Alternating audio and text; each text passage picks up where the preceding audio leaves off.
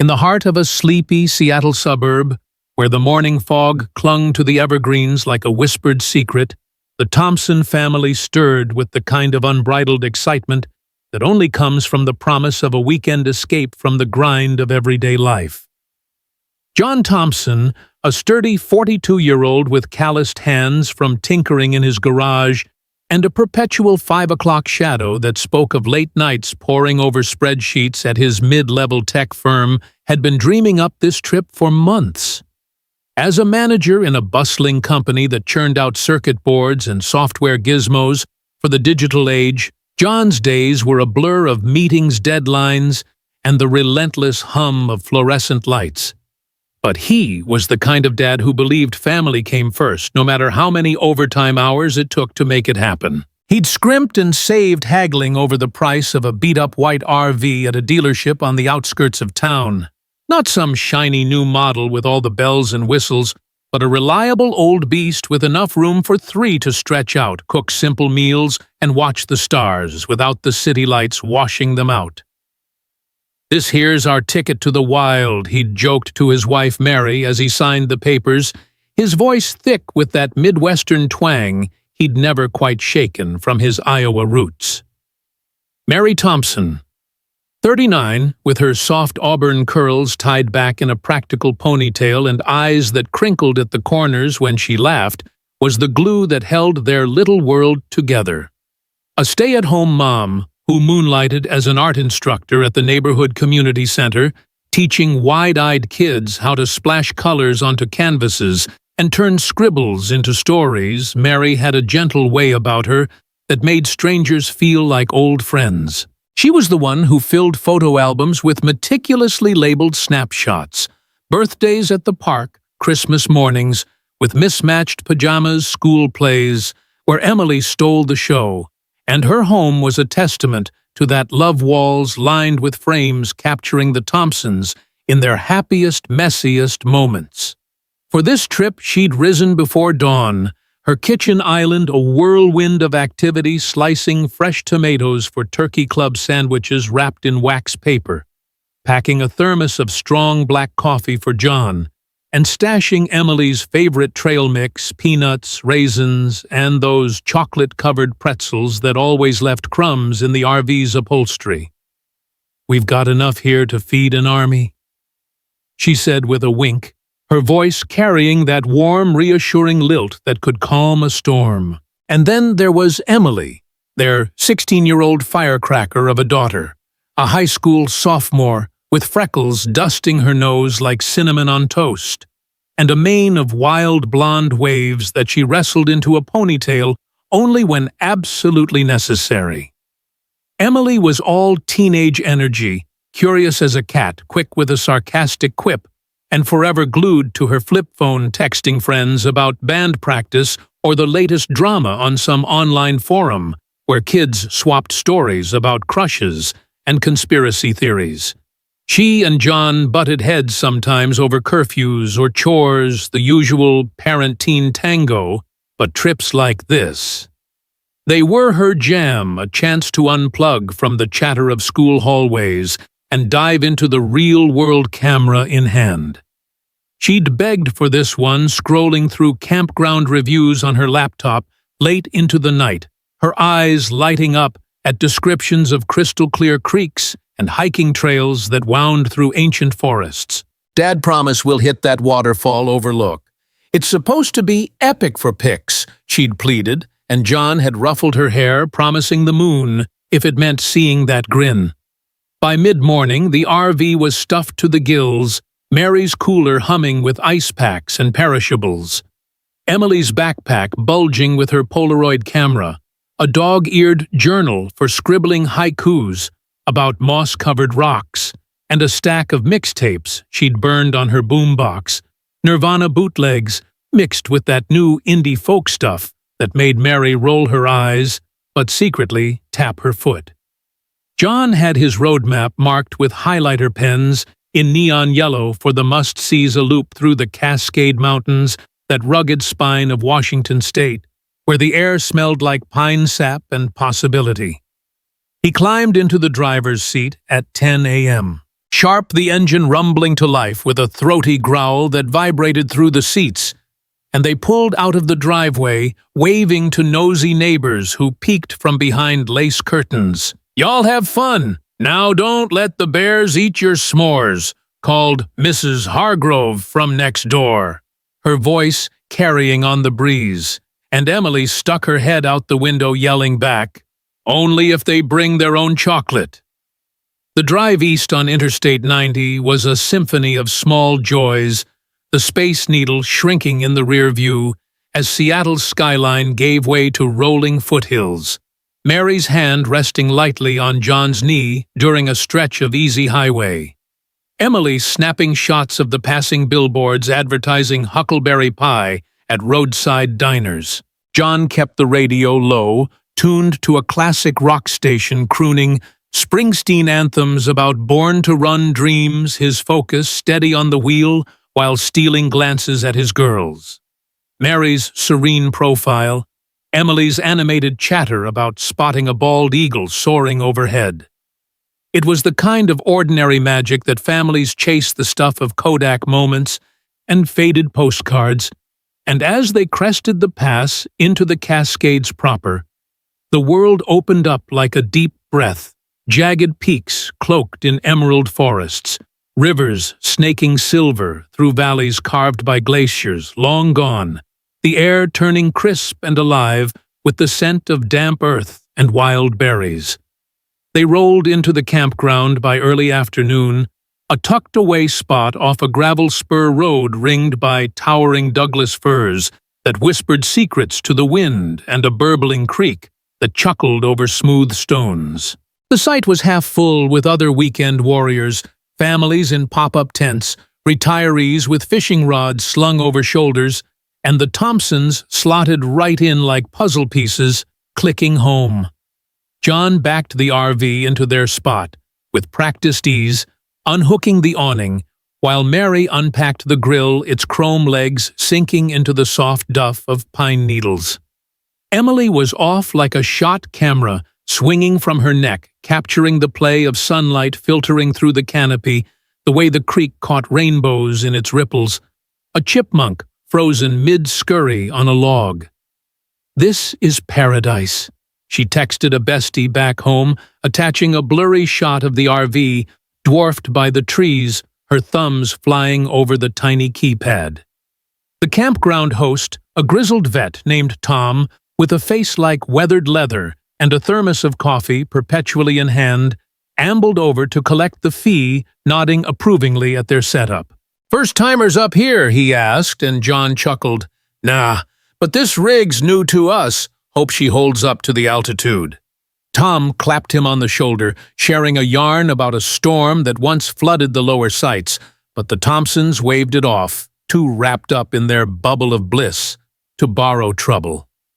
As the sun dipped low, painting the sky in strokes of bruised purple and fiery orange, they fired up the Weber, the sizzle of burgers hitting the grates, mingling with the crackle of wood in a fire pit John had scavenged from the communal stack.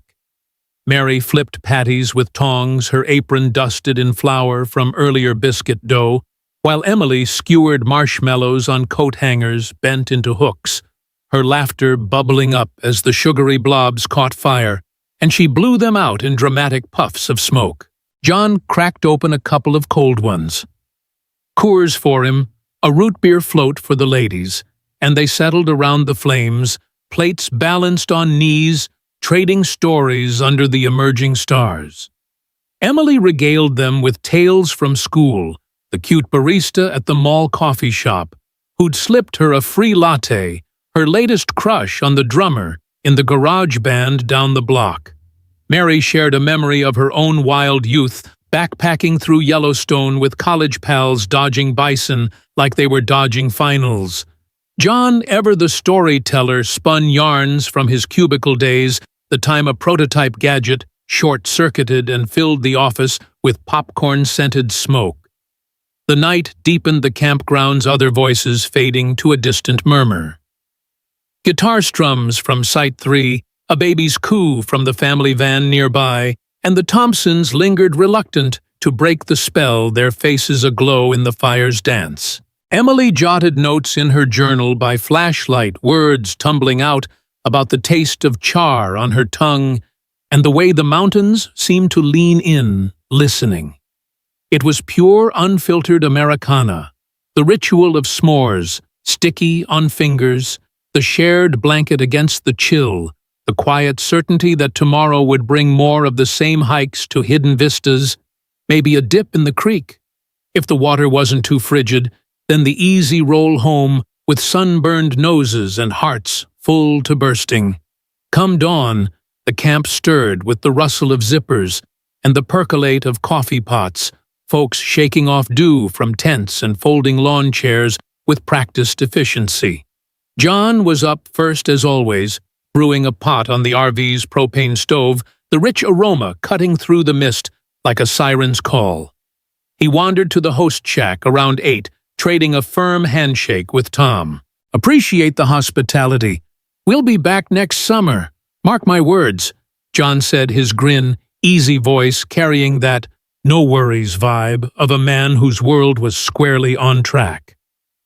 Back at the site, Mary methodically stowed gear cooler, restocked grill, scrubbed bedding, aired her movements fluid and unhurried, while Emily roamed the perimeter one last time, lens trained on dew, kissed ferns and a doe, grazing at the tree line, her final campground. Click, a silhouette of the family RV against the rising sun. By 9:30, they were wheels up the RV, lumbering back onto the access road, gravel crunching under tires as they merged toward the highway itinerary. In hand, a detour to that alpine lake for a picnic, perhaps a pull-off at the old mining ruins, if time allowed, then straight shot to Seattle by dusk. John had looped in a work buddy the week prior. "Hit me up if anything blows up, but I'll be wheels down tonight," his planner's precision leaving no room for what-ifs. The interstate welcomed them with open lanes, the cascades unfolding in a tapestry of green and gray, and as they approached a rest area strung with picnic tables and diesel pumps, John signaled for a quick stop. Top off the tank's stretch legs, grab some vending machine treats to tide them over. It was 11:40 a.m. when the security cam caught them in its unblinking eye, John at the pump hose clicking into the fill neck with a metallic snick. Mary and Emily strolling arm in arm to the mini-mart, Mary's hand gesturing animatedly as Emily threw her head back in a peal of laughter that the lens couldn't quite capture, but you could feel in the frame's warmth.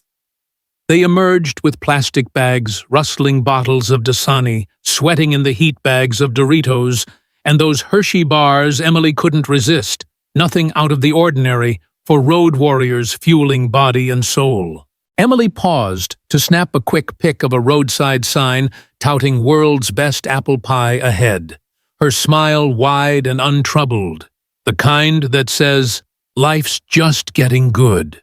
12:10, and they were rolling again, the RV's taillights fading into the traffic flow bound deeper into the mountain's embrace. No one, not the cashier who rang them up, not the trucker idling at the next pump, not even the Thompson themselves could have guessed that footage would become the last breadcrumb in a trail gone cold. A frozen snapshot of joy on the brink of oblivion, the fateful hinge where a perfect weekend swung into shadow. As the white RV's taillights blinked out of sight on that sun-dappled stretch of Interstate 90, swallowed by the endless ribbon of asphalt, snaking through the Cascade foothills, the Thompson family's trail went dark, like a radio signal dropping mid-song, leaving only static, and the faint echo of what might have been. It was just past noon, the kind of lazy Sunday hour, where families across Washington state were wrapping up barbecues or nursing hangovers with Bloody Marys.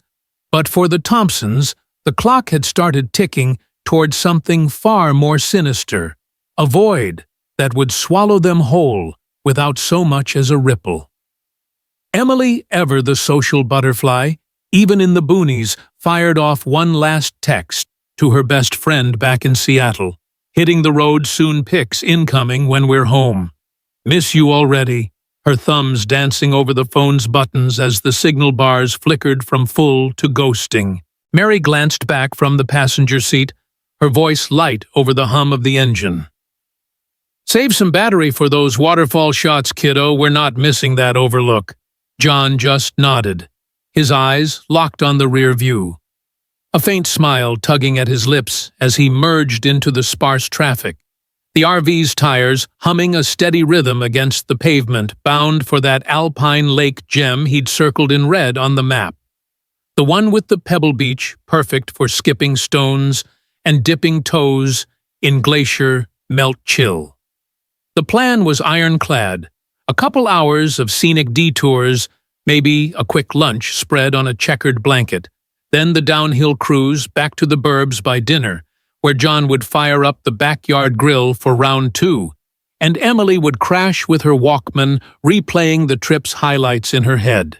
But as the miles unspooled, the Cascades closing in like ancient guardians with their fog-shrouded peaks, and labyrinthine side roads veering off into shadow, draped nothing. The world beyond the windshield began to thin. Fewer semis thundering past, more glimpses of deer flashing white tails in the underbrush. The radio fuzzing out to white noise before John twisted the dial to some AM talk show droning about stock tips and Seattle Mariners' woes. No one, not the DOT cameras blinking at overpasses, not the toll booth attendants nursing thermoses of sludge, not even the occasional state trooper radar-gunning speeders clocked that RV again. It was as if the mountains had parted just enough to let them slip through, then sealed shut behind, erasing their passage like a dream you can't quite pin down upon waking. By late afternoon, as golden light slanted through the canopy and painted the valleys in honeyed glow, the first cracks in the facade appeared back home in Seattle. John's pager. That clunky relic he still carried for work emergencies stayed silent. But when 6 p.m. rolled around, without so much as a running late call, his colleague Dave from the tech firm shot off an email. "Hey man, that prototype review's stacking up you back yet?" No reply. Mary's sister, Aunt Linda, in Tacoma, tried her landline first, then the cell getting that cheerful automated voice. The subscriber you have dialed is out of service area or has their phone turned off. Please try again later. Emily's phone. Straight to voicemail her bubbly greeting. Hey, it's Em. Leave a message. Or better yet, text me a pic looping like a taunt. Michael Thompson, John's younger brother by 5 years, a wiry mechanic with grease under his nails and a perpetual squint from welding sparks, felt the first twinge around sunset, nursing a Budweiser on his stoop in a run-down duplex off Aurora Avenue. He'd waved them off that morning, cracking wise about John not getting lost in the woods like that time they were kids hunting morels in the Palouse. But now, with the sky bruising purple and crickets tuning up their nightly chorus, doubt gnawed at him like a bad carburetor. He hopped in his Ford pickup, the bed rattling with toolboxes, and motored over to the Thompsons' split-level rancher in Bellevue, the one with the basketball hoop sagging from the garage eaves and flower beds Mary had coaxed into riotous bloom. The driveway was empty, the porch light off the mailbox stuffed with weekend flyers for pizza deals and yard sales. Michael let himself in with the spare key under the mat force of habit from fixing their leaky faucet last month, and the house hit him like a gut punch. Kitchen counters wiped clean, the coffee pot cold. Emily's sneakers kicked off by the door in that haphazard teen way, a half-eaten Pop-Tart wrapper on the counter like a crime scene breadcrumb. No note, no suitcase unpacked. Just the stale air of a home paused mid-breath. He dialed John's cell again, pacing the linoleum, his work boots leaving faint scuffs. But the line rang into oblivion, that robotic plea mocking him.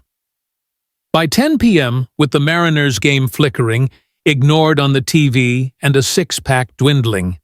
Michael's unease hardened into something sharper. Fear, the kind that sits heavy in your chest, like wet cement. He crashed on the couch that night, boots still on, waking to the gray dawn filtering through mini blinds, the house's silence louder than any alarm.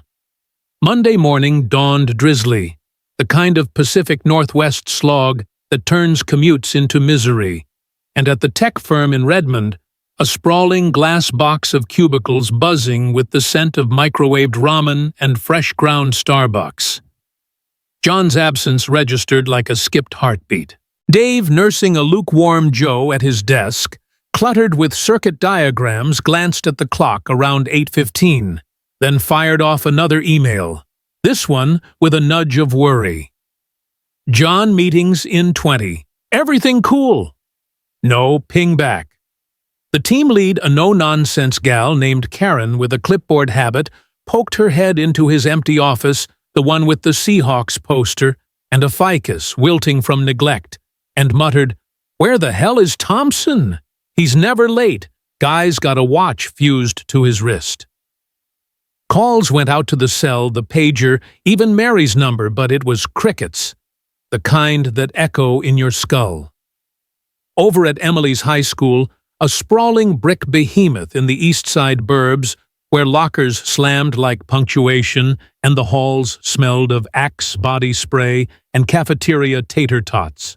Her homeroom teacher, Mr. Hargrove, a balding history buff with a penchant for Civil War anecdotes, marked her absent during roll call, a red slash next to Thompson E. Unusual, he thought. Emily was the reliable one, the kid who turned in essays early and volunteered for the yearbook committee, her locker plastered with band stickers and Polaroids of friends mugging at pep rallies.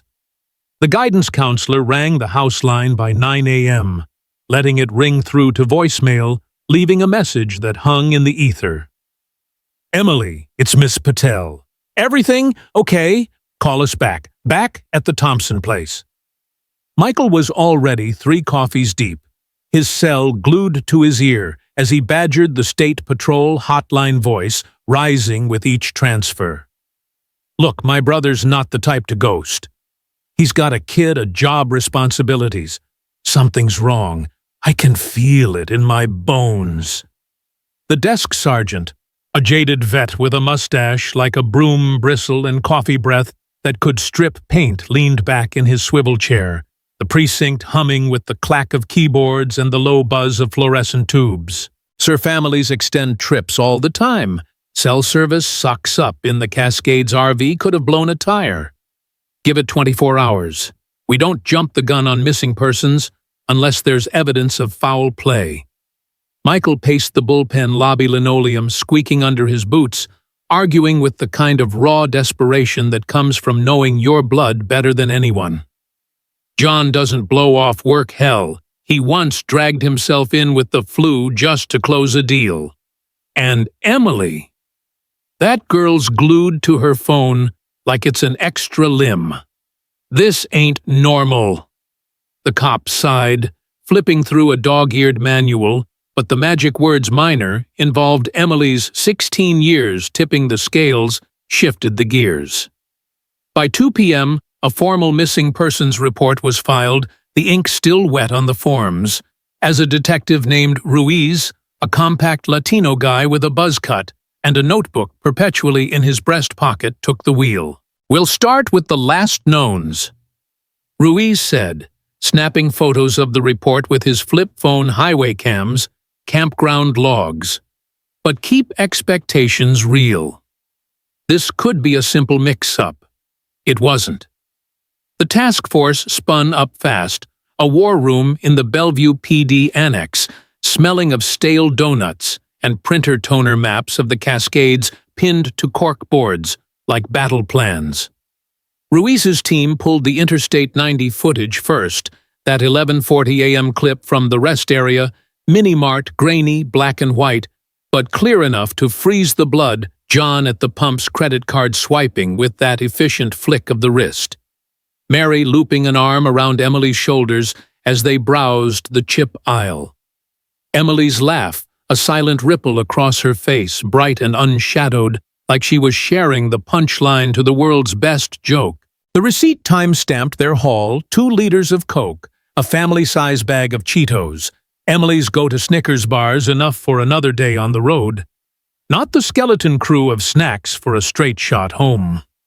They were planning to linger, Ruiz muttered to his partner, a lanky ex-Marine named Kowalski, poring over the printout. Not hightail it back. From there, the digital dragnet widened N-system cameras at every exit and interchange from Snoqualmie Pass to the Idaho line, scouring for that white RV's plate. Washington tags, 2001 model, no hits.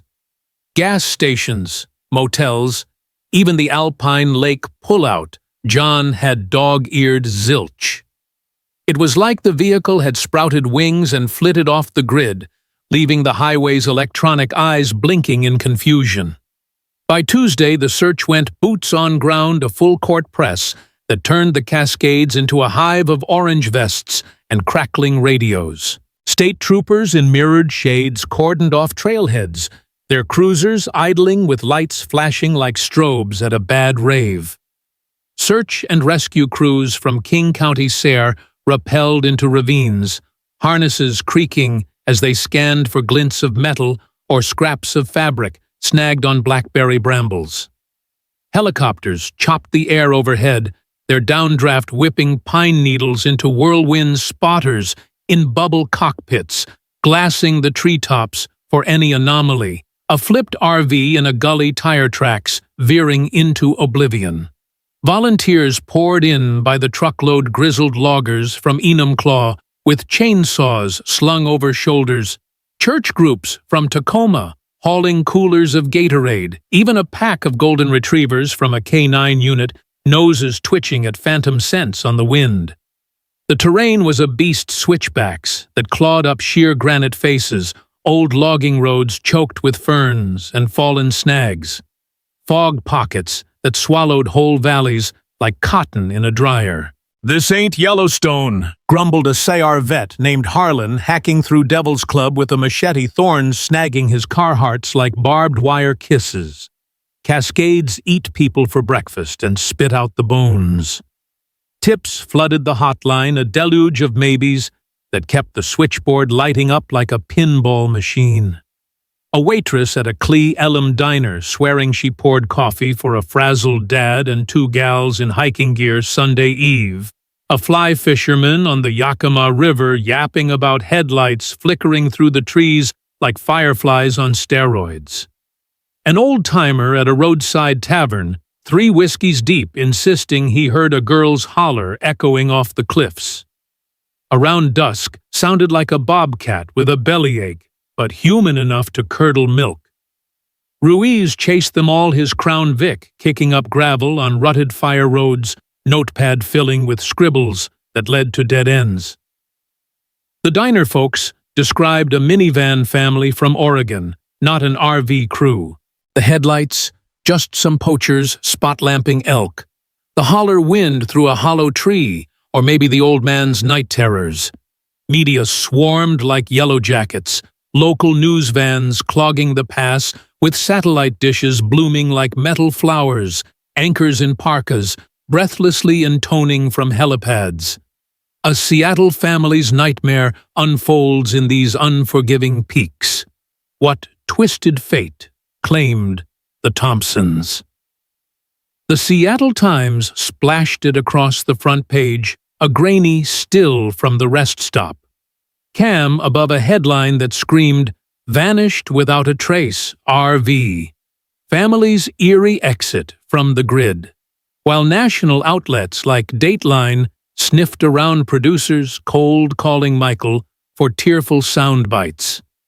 He obliged at first, standing ramrod straight in the PD lobby under camera glare, his voice cracking like dry timber. "John's my big brother, the guy who taught me to ride a bike without training wheels, who bailed me out of juvie with nothing but tough love and a burger run. They ain't gone by choice. Something took 'em. The public ate it up, that all-American hook of the wholesome clan plucked from suburbia into the maw of wilderness donations, trickling into a tip-line fund, psychics cold-reading tarot over airwaves, even a conspiracy podcaster ranting about Bigfoot hauling off RVs for sport. But as days bled into a week, the frenzy ebbed, helicopters grounded by budget cuts and rain-slicked rotors, searchers trudging back to day jobs with blisters and empty packs. Ruiz stared at the war room map late one night, red pins mocking him like bloody confetti. The Cascades folds, a green smear that hid secrets deeper than quarries. "They're out there," he told Kowalski, over lukewarm vending machine coffee, the steam curling like ghosts, "or they ain't anywhere at all. Either way, this mountain's got teeth, and it don't give back easy." The Thompsons' absence hung like fog over Seattle, a pall that seeped into barbershop chatter and PTA meetings, folks shaking heads over fences, heard about those folks up in the hills, gone like smoke. Michael drove those back roads himself, some nights. Flashlight beam cutting the dark, calling names into the void. John M. until his throat rawed and dawn broke cold. The family photo from the mantel that last Christmas with tinsel in Emily's hair and John's arm slung proud around Mary stared back from his dashboard, a talisman against the unraveling. But the Cascades kept their counsel vast and indifferent, as the search frayed at the edges, leaving only questions clawing at the quiet. "Where the hell did you go, Thompsons? And why'd you take the road less traveled straight to nowhere?" 3 years after the Thompson family vanished into the Cascades' emerald abyss, their story had faded to a whisper in Seattle's collective memory, a half-remembered ghost tale swapped over beers in dive bars, or murmured at campground fire pits when the wind howled just right. The missing posters with Emily's freckled grin and John's steady gaze had curled and yellowed on telephone poles, rain-soaked and peeling, while the Bellevue PD's war room map gathered dust, its red pins like forgotten battle scars. Michael Thompson, now sporting grayer temples and a permanent furrow etched into his brow, still carried that Christmas photo in his wallet, its edges worn soft from countless thumbed prayers. But even he had started to flinch at the word closure, that hollow promise the cops tossed around like pocket change. Then, on a crisp fall afternoon, the kind where the Cascades' peaks glowed amber under a low sun, a hiker named Robert Miller stumbled onto something that cracked the case wide open, or so it seemed. Robert, a wiry retiree with a penchant for solo treks and a thermos of spiked cider, was bushwhacking through a remote valley miles from any trailhead when he spotted a glint of white tucked among the firs, half buried in ferns like a fossil in green amber. At first he thought it was some poacher's junker, a rusted-out van left to rot, but as he pushed through the underbrush, heart thumping like a bass line, the license plate came into focus. Washington tags, the same numbers plastered across every news channel 3 summers back. "Holy hell," he muttered, his breath catching as he dialed 911, voice shaking like the leaves overhead. "I found it, the Thompsons' RV." By 2:30 p.m., the site was a circus of flashing lights and radio chatter, sheriff's deputies and state troopers cordoning off the clearing with yellow tape that snapped in the breeze. Detective Ruiz, now sporting a few extra pounds and a desk job that chafed worse than his old Kevlar vest, led the charge, his boots sinking into the loamy earth as he circled the RV. It was eerily pristine, no dents, no shattered glass, just a light coat of grime and pine needles like it had parked there yesterday instead of 1,000 yesterdays ago. The tires sat firm, the windows intact, no skid marks or snapped branches to suggest a crash or a joyride gone wrong. "No way this thing drove here," Ruiz grunted to Kowalski, his old partner who was snapping Polaroids with a camera, older than half the rookies on scene. The nearest road was a half-mile off a goat path of roots and scree no RV could navigate without shredding its undercarriage. "Someone or something put it here," Kowalski replied, squinting at the unbroken canopy above, no drag marks or crane tracks to betray the how. Inside the RV was a frozen snapshot of that lost Sunday, a time capsule that sent a chill down Ruiz's spine. John's wallet lay on the driver's seat, leather cracked, but stuffed with 20s, a driver's license, and a coffee-stained punch card from a Redmond diner, 9 stamps shy of a free sandwich. Mary's purse sat on the passenger side, its zipper half open, spilling lip balm, a keychain with a tiny Space Needle charm, and a pocket photo album, each plastic sleeve, cradling a memory. John and Emily fishing at Lake Sammamish Mary in a sun hat at Pike Place, the 3 of them mugging for the camera at a 4th of July barbecue ketchup smudged on Emily's cheek. In the back, Emily's backpack slumped against a bench, stuffed with her journal pages, crammed with loopy handwriting about campfire smells, and a hawk she swore winked at her, plus a Polaroid camera, its film still loaded, and a stack of glossy prints tied with a hair tie. The fridge held Mary's picnic haul, now a grim stew of mold and stench wilted. Lettuce turkey slices, gone gray, a Tupperware of potato salad that made a rookie gag when he cracked the lid. The rest, stop snacks. Cheetos, Snickers, a half-drunk Coke sat untouched on a fold-out table wrappers, crinkling in the draft from the open door. They didn't even eat half this stuff, Kowalski noted, poking a bag of chips with a gloved finger. What, they just up and walked away? Ruiz shook his head, his gut twisting. If they'd fled in a hurry, why leave the cash, the keys, the camera, everything that screamed Thompson? The camera was the kicker. Forensics hauled it to the lab, teasing out its secrets under sterile lights. The film held a reel of the trip, John flipping burgers at the campground, his apron emblazoned with Grill Master. Mary braiding Emily's hair by the creek, both of them laughing. Emily striking a pose on a log, one hand shielding her eyes like a movie star dodging paparazzi. The final shot, time-stamped around 1:30 p.m. that Sunday, was a mystery.